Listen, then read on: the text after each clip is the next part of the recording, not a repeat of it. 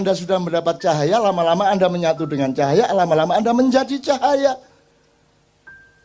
Kalau Anda sudah menjadi cahaya, tidak perlu bersinar.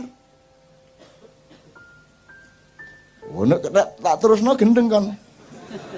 Kalau Anda sudah bersatu dengan Allah, Anda tidak butuh iman. Gendeng lagi. Terus YouTube, MH, tidak butuh iman. Wow, titik 2. Dipotong meneh, so buntut.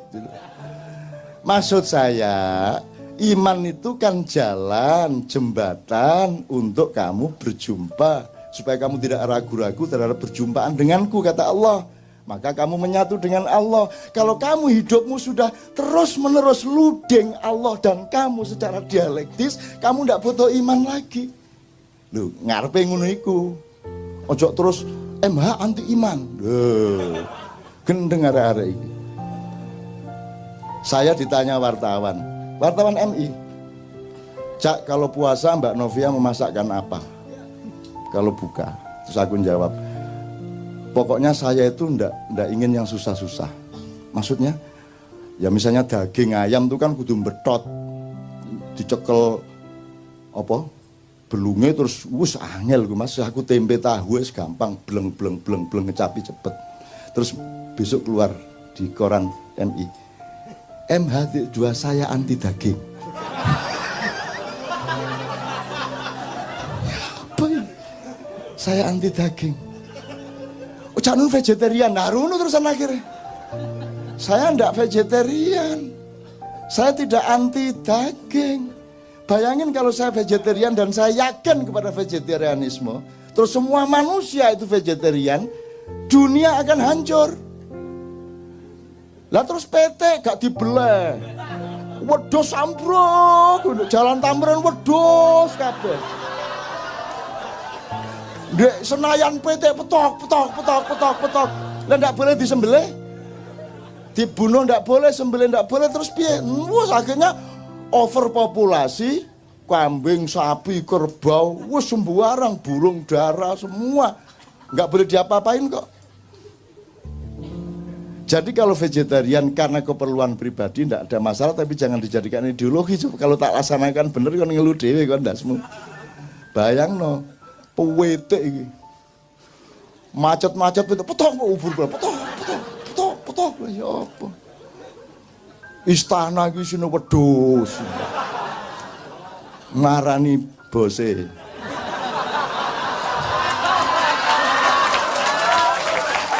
Ngono upamane ya. Oke, sekarang saya tanya, iki wis entek waktu nira aku wis kudu nang airport iki rek. Oke. Anda di sini jujur insyaallah ya. Berarti Anda sama Allah kompatibel, luding dia pada Anda, ya. Sekarang saya tanya, kalau di rumah berapa persen bisa jujur? Di rumah tanggamu sama istri, sama suami, sama anak, berapa persen bisa jujur? Nggak usah kamu jawab, cukup di batin. Ya. Begitu kamu ke kantor, berapa persen jujurnya? Kamu kalau jujur di kantormu, hancur apa jaya?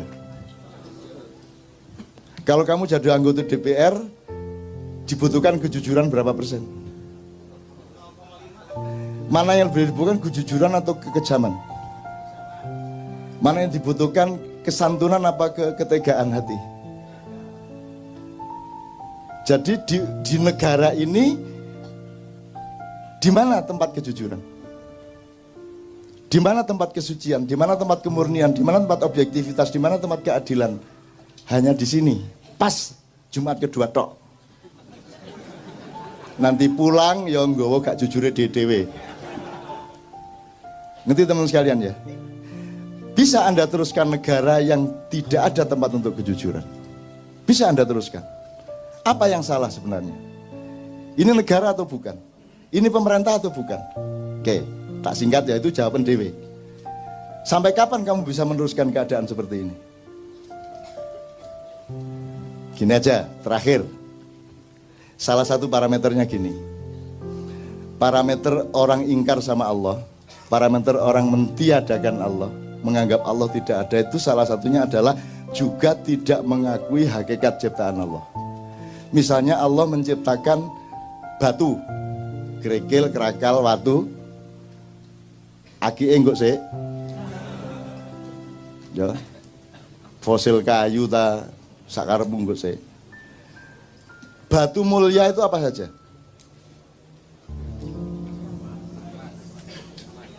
Emas, intan, berlian. Oke, mau milih apa? Intan gitu ya? Intan ya? Oke, 3 aja kita ambil 3 dari variabel ini. Intan, emas, batu. Kalau intan, emas, batu, Anda bisa nggak ngukur dengan mata Anda ini emas beneran atau tidak? Nggak bisa ya? Ini berlian harganya mahal, itu gimana caranya kamu ngukur? Jadi yang benda kelihatan mata saja Anda tidak bisa ngukur. Sekarang Anda tahu nggak bahwa manusia itu dibikin oleh Allah, ada yang berkualitas batu, ada yang berkualitas tembaga, silver apa namanya, perak, emas, berlian, intan, mutiara. Betul enggak? Percaya enggak Anda? Bahwa ada manusia mutiara. Siapa contohnya manusia mutiara? Muhammadun Basyarun. Laisa kal basyari. Bal huwa yaqut bainal hajari. Muhammad itu makhluk. Tapi dia bukan sembarang makhluk. Dia bukan makhluk biasa. Dia adalah mutiara di tengah batu-batu. Tak persingkat ya Mas ya. Sekarang orang ngerti nggak bedanya manusia batu sama manusia mutiara? Diajarkan nggak di sekolahan? Untuk membedakan manusia bermutu dan tidak diajarkan nggak? Orang sekarang ini rakyat Indonesia ngerti nggak bedanya manusia batu sama manusia mutiara? Nah kalau tidak, tolong simulasi. Bangsa yang tidak mengerti bedanya batu dengan mutiara, itu bisa terjadi apa pada mereka? Sebab nanti ada mutiara yang dibuang. Karena toh orang tidak mengerti mutiara. Ada batu yang dimutiara-mutiarakan dengan pencitraan melalui Kompas, Tempo, dan lain sebagainya. Terus Anda semua percaya itu mutiara. Cuman dikasih warna kuning supaya seperti emas dan Anda percaya dia emas. Terus Anda harus pakai demokrasi, dan demokrasi itu biar seon emas sama seon batu sama. Satu suara. Demokrasi itu lahir dari bangsa yang tidak mengenal kemutiaraan manusia. Saya enggak provokasi ya. Di Quran itu yang disebut Allah apa? Ini Mas, sudah nikah? Belum? Mbak sudah nikah? Belum? Kok kabeh perawan ya apa? Jono Habib Anis iki. Udah nikah? Udah. Lebih penting mana negara apa nikah? Nikah, jelas ya. Umumkan tuh kepada setiap orang, bahwa negara kalah penting. Sekarang pilih mana, negaramu bubar atau pernikahanmu bubar? Dah jelas. Jadi kamu memberi bobot sesuatu itu mesti ngerti mana emas, mana mutiara, mana batu. Kalau kamu tidak mengerti itu, kamu akan celaka. Lebih parah lagi seterusnya. Nah sekarang ini yang terjadi adalah, untuk apa saya ambil emas mahal, susah nyarinya. Mbok sudah saya ambil batu saja, tapi tak cat seperti emas. Itu yang terjadi. Musik ya gitu, DPR ya gitu, pemerintah ya begitu, kan yang dicarikan batu-batu. Jadi kalau kamu sekarang oleh Allah diberi karomah sehingga Anda adalah mutiaranya bangsa Indonesia, Anda harus siap untuk sengsara, siap untuk tidak dianggap. Karena yang berkuasa dan yang punya duit tidak akan mau membeli Anda karena terlalu mahal harga Anda. Mending ambil batu dianda-andakan, ngerti nggak? Ngerti ya? Oke. Sementara tidak ada orang marah, orang juga nggak ngerti kok bedanya emas sama. Jadi teman-teman di Ma'iyah ini nomor 1 adalah tolong belajar kualitas manusia. Tolong mempelajari mana manusia batu, mana manusia mutiara, mana emas. Zaman kalau di Quran hanya disebut ada raja. Dan raja itu yang menentukan sebenarnya Allah, yaitu kalau orang rakyatnya sudah mengetahui, oh itu memang orang mutiara itu. Sulaiman itu memang mutiara. Yusuf itu memang mutiara. Daud itu memang mutiara. Semua orang mengakui dengan jujur. Maka dia rajanya memang. Tidak perlu pemilihan. Pemilihan itu terjadi karena Anda tidak ngerti bedanya mutiara sama. Saya bukan anti pemilu. Tapi kalau diterusin memang anti pemilu. Tapi saya tidak mengatakan begitu, bahwa outputnya seperti itu bukan salah saya. Nah sekarang Anda mau pilih mana? Di Quran tidak ada disebut kecuali kerajaan dan raja. Dan Anda ditipu selama 500 tahun ini. Anda pikir yang di sana itu kerajaan, itu bukan kerajaan, itu bukan raja. Raja nggak begitu. Raja punya kualitas, raja punya wibawa. Kalau pakai terminologinya Ronggo Warsito ya, Satrio Pinandito, Sinisian Wahyu, Sinanding Wahyu, enggak apa-apa, Sinisian, Sinanding bodoh sama. Jadi Anda harus bisa melihat. Nah sekarang mutiara-mutiara justru dihancurkan. Apakah dia inovator teknologi? Harus dihancurkan. Apakah dia wartawan kreatif? Dikeluarkan. Karena Anda mutiara. Anda mau jujur, mau jernih, mau berbinar-binar seperti mutiara, Anda dikeluarkan. Yang dibutuhkan batu-batu yang dipoles. Karena sekarang yang nomor satu pencitraan. Yang penting itu bukan kamu itu ayam atau bukan. Yang penting rasamu ayam. Bener nggak?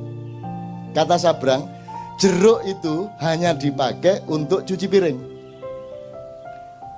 Nah yang diminum orang itu yang rasa jeruk. Gendeng ngomong saya.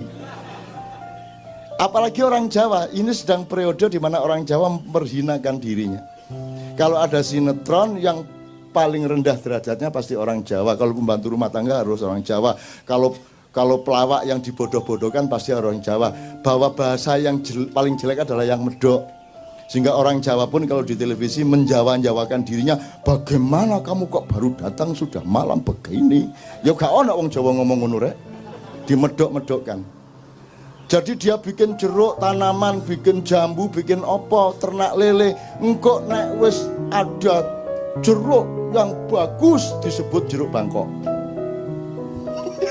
Pokoknya nek Jawa itu ngelek dewe. Begitu apik nek gak Bangkok, Bombay, apa meneh? Jumbo, Mandarin, kan gitu. Pokoknya yang istimewa, yang mutiara disebut luar negeri. Nah Anda bulan depan harus mulai tahu bahwa Anda ini direkayasa untuk ditutupi, dimusnahkan, dipendem, dihancurkan, disembunyikan dalam waktu yang sangat lama. 500 sampai 700 tahun tergantung cara kita melihat bagaimana. Tetapi ini sudah sampai hampir ujungnya. Dan kita akan menemukan zaman yang baru sesudah itu. Insya Allah tidak lama lagi. Yang sehat badanmu, yang sehat, doakan saya juga sehat. Ini sudah berakhir, akan berakhir. Tapi kita masih akan lucu enggak karu-karuan beberapa tahun ke depan ini. Terus lucu sampai jangan guyu. Itu ya teman-teman sekalian ya. Pokoknya mutiara dan batu ya, tolong diingat.